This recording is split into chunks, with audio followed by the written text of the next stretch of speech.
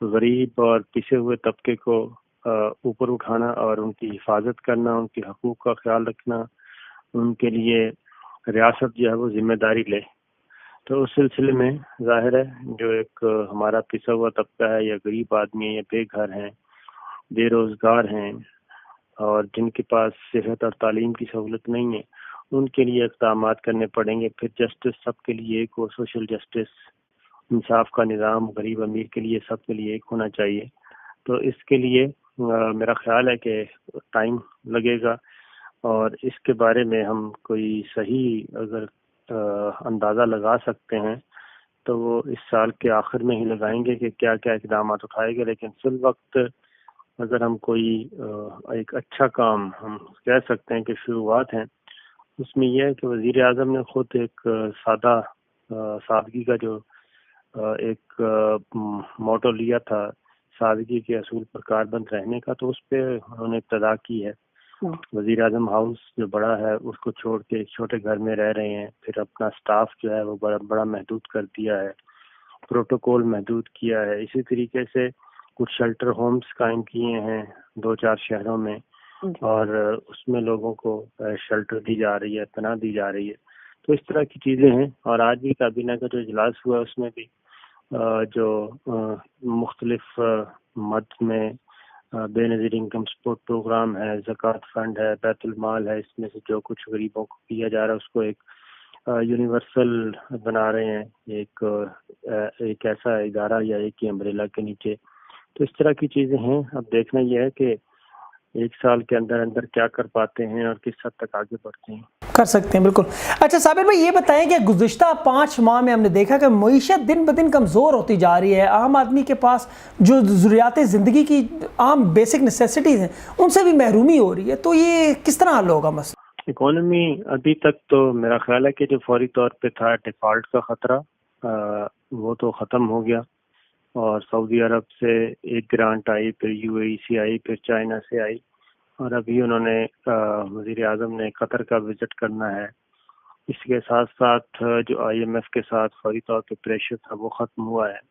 اگر ہم مجموعی طور پہ دیکھیں تو پاکستان ڈیفالٹ ہونے سے بچا ہے، لیکن دوسری جانب آپ صحیح کہہ رہے ہیں کہ عام آدمی جو ہے وہ متاثر ہو رہا ہے اور خاص طور پہ تنخواہ دار طبقہ جو ہے وہ متاثر ہو رہا ہے.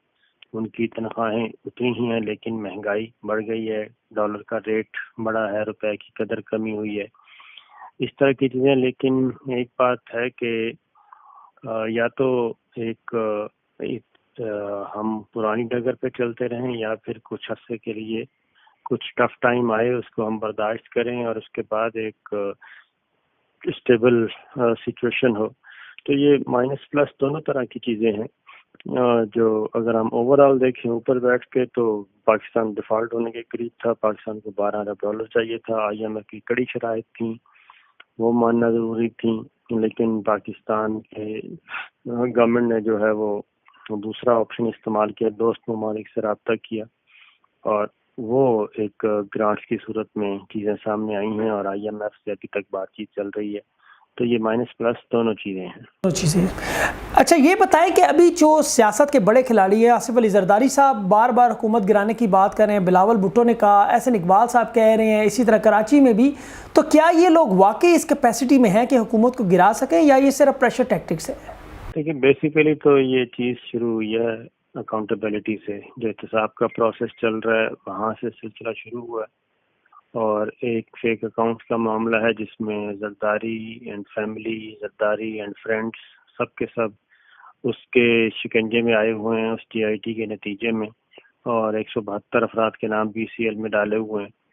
تو وہاں سے یہ سلسلہ شروع ہوا تھا کیونکہ زرداری صاحب کا خیال تھا کہ شاید ان پہ ہاتھ نہیں ڈالا جائے گا، لیکن آئین اور قانون جب آگے اس نے راستہ اختیار کیا تو کیونکہ اسکینڈل یہ بہت بڑا ہے، منی لانڈرنگ کا اور کک بیکس کا، ایمبیزلمنٹ کا، یہ بہت بڑا اسکینڈل ہے، مالیاتی اسکینڈل پاکستان کی تاریخ کا.